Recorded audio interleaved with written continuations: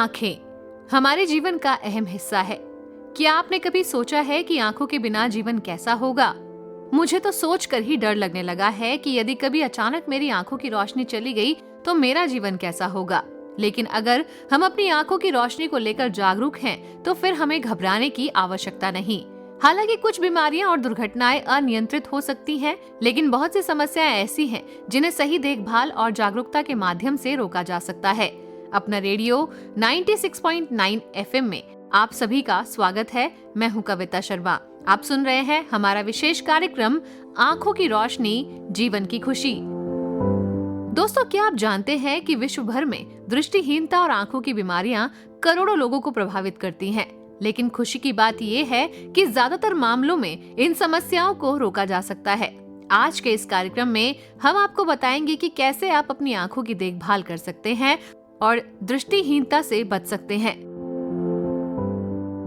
1 अप्रैल से 7 अप्रैल तक भारत सरकार द्वारा दृष्टिहीनता निवारण सप्ताह का आयोजन किया जाता है। सप्ताह भर चलने वाले इस अभियान के माध्यम से दृष्टिहीनता के बारे में जागरूकता फैलाई जाती है। इसका उद्देश्य है देश भर में तरह तरह के कार्यक्रम और गतिविधियों के माध्यम से इस विषय में लोगों को जागरूक करना। इस सप्ताह भर भारत सरकार दृष्टिबाधित लोगों के रोजगार के अवसरों में सुधार, उनकी देखभाल के लिए बेहतर स्वास्थ्य संस्थानों का निर्माण और विभिन्न स्वास्थ्य संबंधी विषयों को कवर करती है। तो चलिए आज के कार्यक्रम में जाने कि क्या है दृष्टिबाधिता, क्यों होती है और कैसे इससे बचा जा सकता है। जानकारी दे रही हैं नेत्र रोग विशेषज्ञ डॉक्टर अपर्णा दर्शवाल, मेट्रो हॉस्पिटल से। डॉक्टर अपर्णा दर्शवाल, आपका स्वागत है हमारे कार्यक्रम में। बहुत बहुत धन्यवाद। मुझे बहुत प्रसन्नता है कि आपने इस प्रोग्राम के लिए मुझे आमंत्रित किया। डॉक्टर, जब भी हम आंखों की बात करते हैं तो अक्सर हमें ये समझना मुश्किल हो जाता है कि क्या वाकई हमारी जो आंखें हैं वो प्रॉपरली वर्क कर रही हैं या नहीं। इस लिहाज से अगर हम आंखों के बारे में जाने तो कितना जरूरी एक अंग है हमारे शरीर का? आंखें हमारे शरीर का मेरे हिसाब से सबसे जरूरी अंग है, क्योंकि जितनी भी इंफॉर्मेशन हम दुनिया से लेते हैं, सीखते हैं, वो सब हम अपनी आंखों के जरिए से सब चीजों को देख के ही सीखते हैं। अगर हमें कोई किताब पढ़नी है या हमें किसी भी चीज को कलर्स या शेप्स ये सब समझनी है, तो इस सब के लिए हमें अपनी साइट की जरूरत होती है।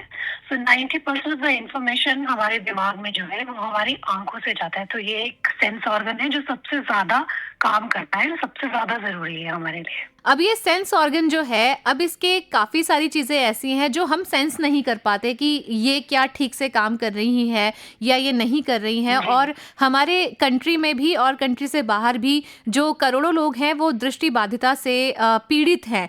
तो इस पर आपका क्या कहना है? तो आपने बिल्कुल सही कहा है कि दुनिया में बहुत सारे लोग हैं जो दृष्टिहीनता और दृष्टि हानि यानी विजुअल इम्पेयरमेंट से सफर कर रहे हैं। इसके बहुत सारे कारण जो है वो प्रिवेंटेबल होते हैं, जिनकी हम रोकथाम कर सकते हैं। इसीलिए ये बहुत जरूरी है कि जनरल पॉपुलेशन को, लोगों को, जनता को इसके बारे में जागरूक किया जाए कि कैसे अपनी आंखों की देखभाल करनी है और कैसे समय समय पर उनकी जांच करा के इन प्रिवेंटेबल प्रॉब्लम से बचा जा सकता है और दृष्टिहीनता और दृश्य हानि या विजुअल इम्पेयरमेंट को कम किया जा सकता है। डॉक्टर, जैसे कि आपने कहा कि लोगों को जागरूक करने की जरूरत है, तो यही जागरूकता को ध्यान में रखकर 1 अप्रैल से 7 अप्रैल तक भारत सरकार हर साल ब्लाइंडनेस प्रिवेंशन वीक जो है उसे ऑर्गेनाइज करती है, आयोजित करती है। इसके बारे में हमें बताइए। एक हफ्ता है जो सिर्फ इसीलिए इंडियन पॉपुलेशन को, आम लोगों को, प्रोफेशनल्स को जागरूक करने के लिए किया जाता है कि आंखों की देखभाल कैसे की जाए और कैसे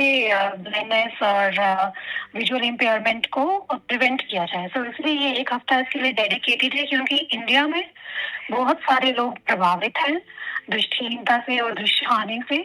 दुनिया के 20% विजुअली इम्पेयर्ड लोग जो हैं वो इंडिया में पाए जाते हैं। इसीलिए ये बहुत जरूरी है कि हमारे जनरल पॉपुलेशन को जागरूक किया जाए कि कैसे इस बर्डन को, इस बोझ को हम अपने देश से कम कर सकते हैं और कैसे हम अपनी आंखों की देखभाल ज्यादा अच्छे से कर सकते हैं। जी डॉक्टर, तो आप अपने माध्यम से क्या हमें बता सकती हैं कि अब इस वीक में किस किस तरह के कार्यक्रम जो हैं वो जनता के लिए आयोजित किए जाते हैं? तो इस हफ्ते में बहुत सारी एजुकेशन ड्राइव्स और कैंप्स किए जाते हैं, जिससे कि जनता और कम्युनिटीज जो है वो अवेयर हो सके, जागरूक हो सके अपनी आंखों के ध्यान के लिए और उनको रेगुलर चेक कराने के लिए।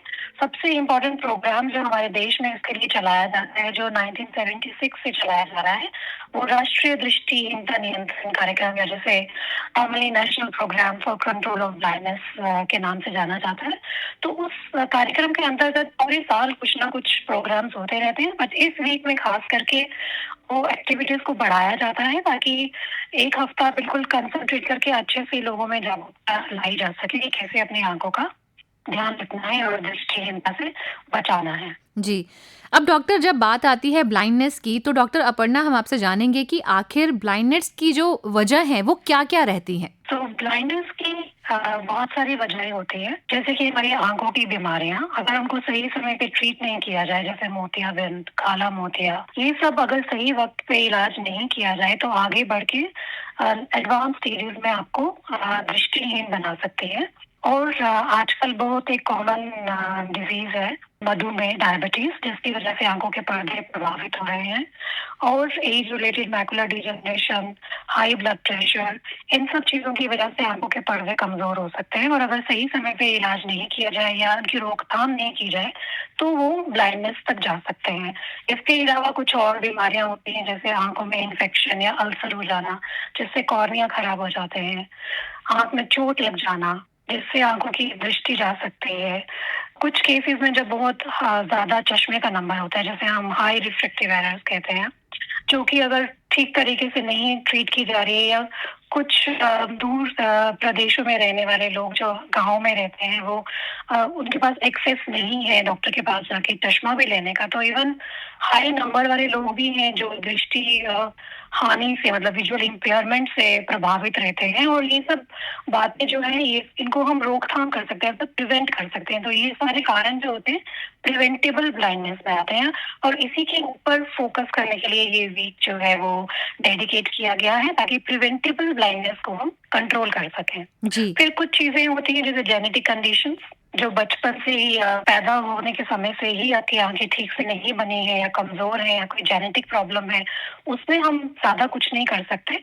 मगर ये जो बाकी कारण हैं जिनका हम रोकथाम कर सकते हैं, बचाव कर सकते हैं, तो ये बहुत जरूरी है कि सब लोग जागरूक रहें इनके बारे में और सही समय पे इनका इलाज कराएं, ताकि हम विजुअल इम्पेयरमेंट को कम कर सकें। डॉक्टर, अभी आपने कहा कि कुछ जेनेटिक वजह भी होती हैं ब्लाइंडनेस की, तो मेरा एक सवाल है कि जितने भी ब्लाइंड लोग हैं, क्या जब वो संतान उनकी होती है तो क्या उनके साथ भी ये इशू रहता है? हाँ, जेनेटिक का मतलब ये होता है कि वो एक परिवार के जो हेरिटेबल होता है, एक सदस्य दूसरे सदस्य में जा सकता है। तो इसका जागरूकता होना भी जरूरी है, जिसे कि जेनेटिक काउंसलिंग कहते हैं। वो भी बहुत ही जरूरी है प्रिवेंट करने के लिए, रोकथाम करने के लिए ब्लाइंडनेस की। अगर आपके पास कोई ऐसे मरीज आते हैं जिन्हें ऐसी कोई जेनेटिक बीमारी है जिसकी वजह से वो दृष्टिहीन है, और वो बीमारी उनके बच्चों में जा सकती है, तो उनका जेनेटिक काउंसलिंग करके उनको समझाना चाहिए कि ऐसे ऐसे प्रॉब्लम हो सकती है, और उसके रोकथाम के लिए हमें क्या करना चाहिए। और अगर एक पेरेंट की आंखें सही हैं, तो भी क्या इस कंडीशन में बच्चा जो है वो ब्लाइंड पैदा हो सकता है, या फिर चांसेस नहीं है? जी, तो अलग-अलग तरह की जेनेटिक इनहेरिटेंस होती है, जिसे हम ऑटोसोमल डोमिनेंट, ऑटोसोमल रिसेसिव कहते हैं, और कुछ एक्स लिंक्ड होती हैं। तो ये सब कितने परसेंट बच्चों में जाएगा, ये सब उसके ऊपर डिपेंड करता है कि वो ऑटोसोमल डोमिनेंट है या रिसेसिव है या एक्स लिंक्ड है। जैसे एक्स लिंक्ड अगर बीमारी है तो वो माँ से बेटे में जा सकती है। वो माँ से बेटे में जा सकती है, क्योंकि उसके पास एक एक्स और एक वाई क्रोमोसोम होता है। तो ये सब आपके जेनेटिक कॉम्पोजिशन और इस बीमारी की जेनेटिक्स के ऊपर डिपेंड करता है कि कितने परसेंट अभिभावकों को वो बीमारी हो सकती है। इसीलिए जेनेटिक काउंसलिंग जरूरी होता है। तो क्या ये भी बात सच है कि जरूरी नहीं है इस काउंसलिंग के बाद कि उनका जो बच्चा है वो दृष्टि बाधित ही पैदा होगा? नहीं, बिल्कुल ज़रूरी नहीं होता। ये एक परसेंटेज होती है। आप एक परसेंटेज ले सकते हो कि इतना 40% चांस है कि बच्चा जो है वो ब्लाइंड हो सकता है, और 60% चांस है कि वो नहीं हो सकता है। कभी भी 100% नहीं होता है। अब जब आंखों की रोशनी की बात आती है तो बहुत समस्याएं ऐसी है, जो जन्मजात बच्चे जो हैं वो दृष्टि बाधित होते हैं, लेकिन कुछ लोग ऐसे हैं जो कि ध्यान ना दे करके अपने आप को, जैसे आपने जी, बताया कि ब्लाइंडनेस आ जाती जी। है, तो अब इनको रोकने के लिए क्या-क्या उपाय हो सकते हैं? तो प्रिवेंटेबल ब्लाइंडनेस को कम करने के लिए, उसका बचाव करने के लिए कुछ बातें हमें ध्यान में रखनी चाहिए। अपनी आंखों की देखभाल, अपनी आंखों के ऊपर ध्यान देना, सेल्फ केयर सबसे इम्पोर्टेंट है। हम लोग सब काम करते रहते हैं लेकिन अपना ख्याल रखना भूल जाते हैं, और स्पेशली अपनी आंखें चेक करना, क्योंकि कोई भी बैठ के एक आंख बंद करके ये चेक नहीं करता कि उसको दोनों आंखों से अच्छा दिख रहा है या नहीं। तो ये सब के लिए थोड़ा वक्त निकालना चाहिए। आपको अपनी आंखों पे ध्यान देना चाहिए कि क्या आपको दोनों आंखों से ठीक दिख रहा है, और समय समय पर रेगुलर आई चेकअप्स कराने चाहिए। ये बहुत जरूरी है, स्पेशली जब आप 40 साल के हो जाते हैं, उसके बाद आपको सफेद मोतिया, काला मोतिया, डायबिटिक रेटिनोपैथी, ये सब होने के चांसेस मधुमेह के रोगियों को बढ़ जाते हैं। तो 40 साल की उम्र के बाद रेगुलर चेकअप कराना बहुत जरूरी है। अगर आपकी आंखों में कोई भी प्रॉब्लम हो रही है, जैसे आपको पहले से कम दिख रहा है, आंखें लाल हो रही हैं, आंखों में दर्द हो रहा है, जलन, पानी, इस तरह की चीज़ों को इग्नोर नहीं करना चाहिए, और केमिस्ट से लिखी दवाइयाँ बिल्कुल नहीं डालनी चाहिए, क्योंकि वो आपकी कंडीशन को वर्सन कर सकते हैं। तो अपनी आँख को इग्नोर ना करें, कोई भी सिम्पटम्स आए तो तुरंत अपनी आँखें चेक कराएँ, और 40 साल की उम्र के बाद रेगुलर ईयरली सालाना चेकअप ज़रूर कराएँ अपनी आँखों का। सिम्टम्स को पहचानना ही अपने आप में एक बहुत बड़ी बात है। हालाँकि डॉक्टर्स ही कहते हैं कि हम अपनी बॉडी के पहले डॉक्टर खुद ही हैं, क्योंकि सबसे पहले हमें ही जी। पता लगता है। तो मैम, ऐसे हुँ। में अगर सिम्टम्स की बात है, तो कैसे पहचानें कि हमारी जो आँखें हैं, अब हमें डॉक्टर की ज़रूरत है? आँखों के मामले में कोई भी सिम्पटम को आपको लाइटली नहीं लेना चाहिए। अगर आपकी आँखें लाल हो रही हैं, जलन हो रही है, आपको पहले से कम दिखाई दे रहा है, आँखों से पानी आ रहा है, आँखों में फॉरेन बॉडी सेंसेशन हो रहा है, कोई भी ऐसी चीज़ें आपको आँखों में आ रही हैं, तो आपको ज़रूर तुरंत अपनी आँखें चेक करानी चाहिए।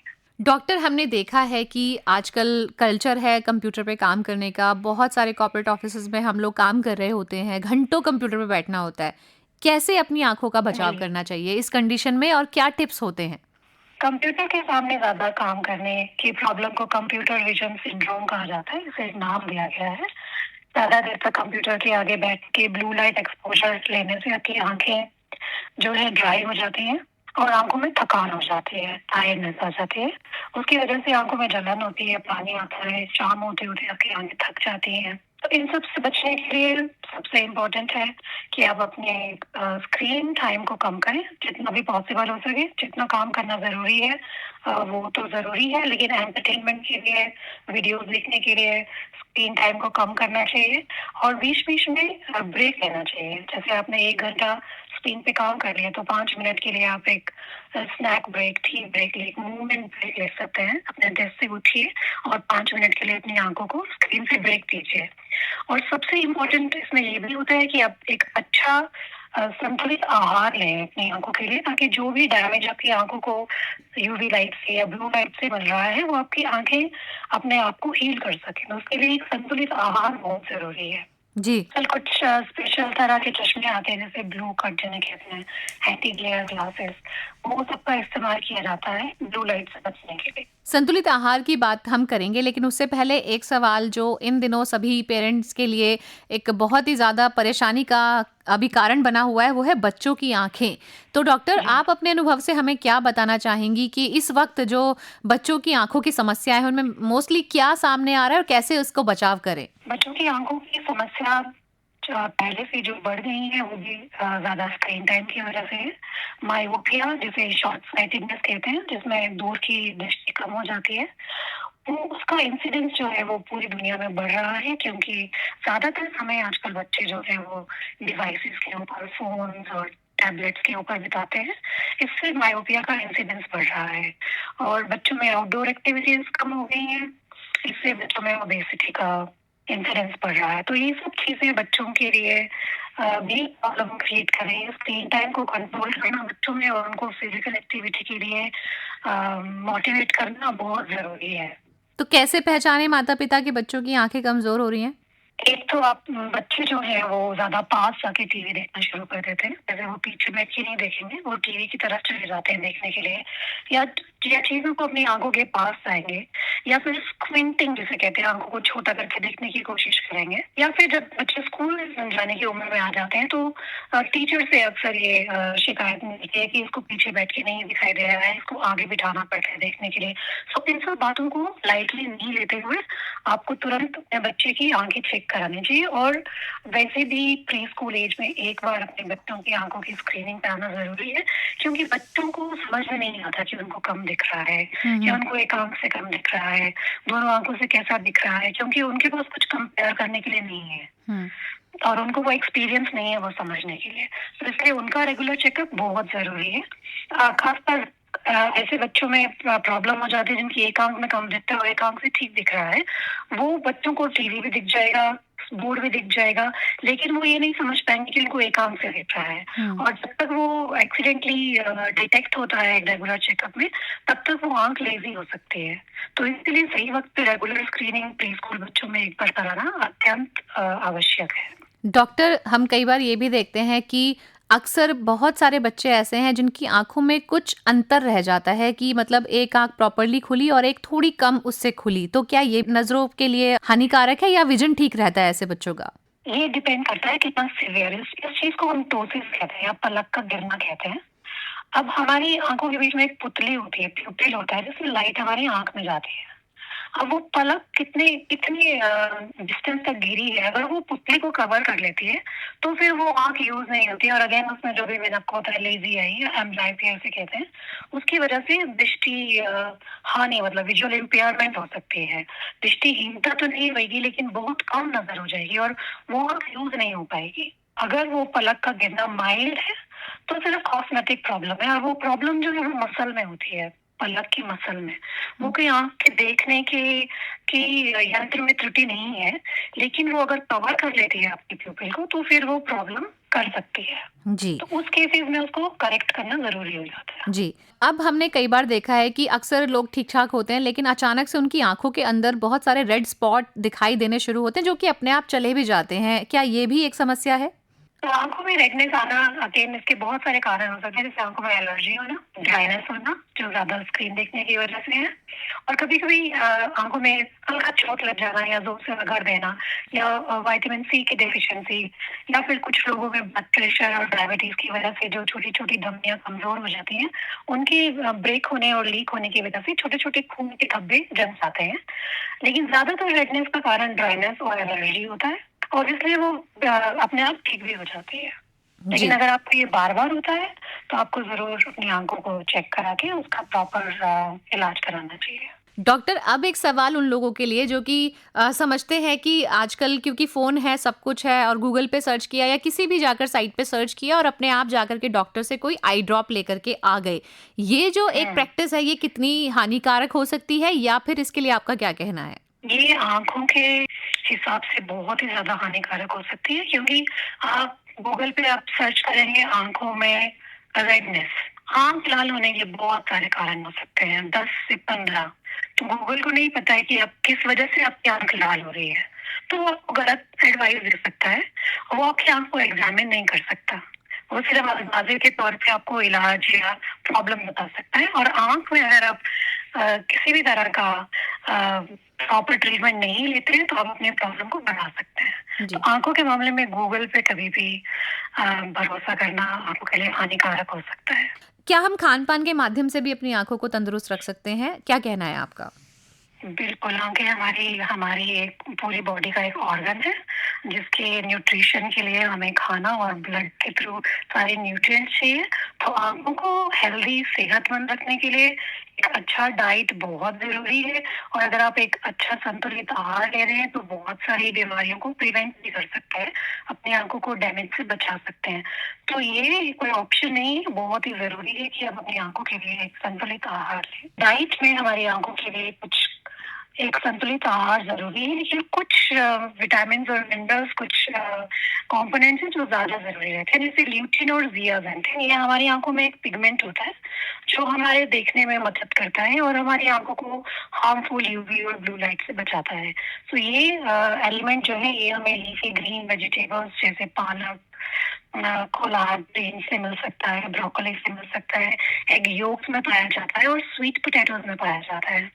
विटामिन ए हमारी आँखों के लिए बहुत ज़रूरी है, जो सब जानते हैं और सबको गाजर खाने के लिए बताया जाता है। सो कैरेट, पपाया, पम्पकिन, ये सब चीज़ों में विटामिन ए की मात्रा ज़्यादा होती है, ये सब हमें अपने आहार में इस्तेमाल करना चाहिए। ओमेगा 3 फैटी एसिड्स इम्पोर्टेंट है हमारे न्यूरॉन्स और हमारी आइज़ का ठीक से फंक्शन करने के लिए, जो कि हमें फैटी फिश और नट्स में मिल सकते हैं, तो इन्हें भी अपने आहार में इंक्लूड करना चाहिए। फिर फ्री रेडिकल डैमेज से बचाने के लिए अपनी आँखों को एंटीऑक्सीडेंट्स और विटामिन सी ज़रूरी है, जो हमें सिट्रस फ्रूट्स और बेरीज़ में मिलते हैं। तो ये सब चीज़ें आप अपने आहार में शामिल करेंगी तो आपकी आँखों की हेल्थ मेंटेन रहेगी। और कितने वक्त पे लगातार जो चेकअप है हमें नॉर्मली कराते रहना चाहिए? सो आपकी आँखों की ओवरऑल हेल्थ प्रिवेंशन और हेल्थ मेंटेनेंस के लिए एक अच्छा संतुलित आहार लें। अपनी आँखों को ब्लू लाइट से बचाएँ, अल्ट्रावायलेट किरणों से बचाएँ। बाहर जा रहे हैं धूप में तो यूवी प्रोटेक्टेड सनग्लासेस पहनिए, और कंप्यूटर में ज़्यादा काम कर रहे हैं तो ब्लू लाइट प्रोटेक्शन वाले ग्लासेस आप पहन सकते हैं।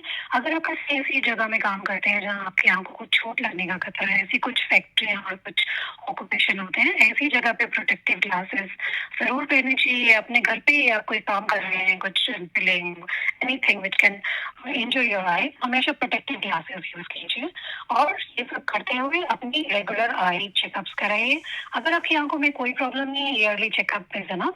अगर आपकी फैमिली में कोई हिस्ट्री है, कोई डिज़ीज़ की, काला मोतिया की या फिर कोई और बीमारियों की, तो आप अपने डॉक्टर की सलाह के अनुसार अपना रेगुलर चेकअप कराइए। जी। और अगर आपको किसी भी तरह की सिस्टमिक प्रॉब्लम है, जैसे ब्लड प्रेशर है, डायबिटीज़ है, मधुमेह है और तरह की बीमारियां हैं, हाई कोलेस्ट्रॉल है, ये सब आप अगर नियंत्रण में रखेंगे तो आपकी आंखों में इनका असर नहीं आएगा और आपकी आंखों की प्रॉब्लम्स की रोकथाम हो सकेगी। तो ये सब चीज़ें अगर आप करेंगे तो बहुत हद तक आप अपने कम्युनिटी में अपने आप के लिए विजुअल इम्पेयरमेंट और प्रिवेंटेबल ब्लाइंडनेस को रोक सकते हैं। डॉक्टर अपर्णा दर्शवाल, आपसे बहुत अच्छी चर्चा थी और ये विषय इतना है कि इस पे जितनी बातें की जाए उतना कम है, बट मैम समय सीमा है आपके लिए भी, हम आपकी समय की व्यस्तता को समझते हैं और आपने इतना वक्त हमें दिया, इसके लिए आपका बहुत बहुत धन्यवाद डॉक्टर अपर्णा। बहुत बहुत धन्यवाद। मैं भी आपको कहना चाहूंगी, मुझे बहुत अच्छा लगा ये सब डिस्कस करके और श्रोताओं के साथ मैं ये शेयर कर पा रही हूँ। आई रियली विश के वो लोग ये लोग यूज करें अपनी लाइफ में और अपनी आंखों का हमेशा अच्छे से ध्यान रखें। तो दोस्तों, आंखें हमारे जीवन का अहम अंग है। बिना आंखों के ना तो हम इस संसार को, ना ही अपने परिवार के एहसास को महसूस कर पाएंगे। तो अपने आंखों का नियमित तौर से रखिए ख्याल। अगर कुछ भी आपको समस्या ऐसी महसूस होती है जिससे आपको लगता है कि आपकी आंखों पर प्रभाव पड़ रहा है, तो तुरंत अपने डॉक्टर की सलाह लें। इन्हीं शब्दों के साथ कि स्वस्थ रहें, मुस्कुराते रहें। हमारे इस कार्यक्रम आंखों की रोशनी जीवन की खुशी में इतना ही। अगले हफ्ते फिर मिलेंगे एक नए विषय के साथ। तब तक सुनते रहिए अपना रेडियो 96.9 FM। कविता शर्मा को दीजिए अनुमति। नमस्कार।